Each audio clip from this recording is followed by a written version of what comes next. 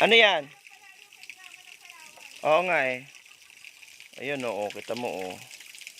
Naglalaro-laro yung mga biik. Tuntua kayo no. Oh, mas lalo kayong gaganda dito.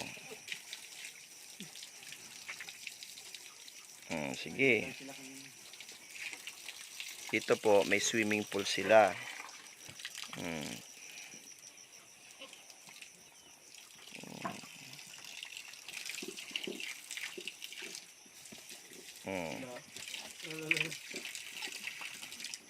Huwag kayong lalapit yan. Yan, pinsan nyo yan.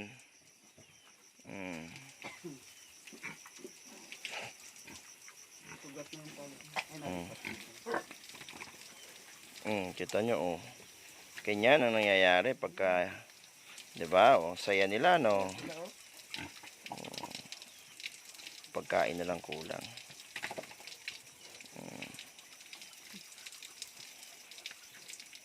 Yan, salamat sa Diyos.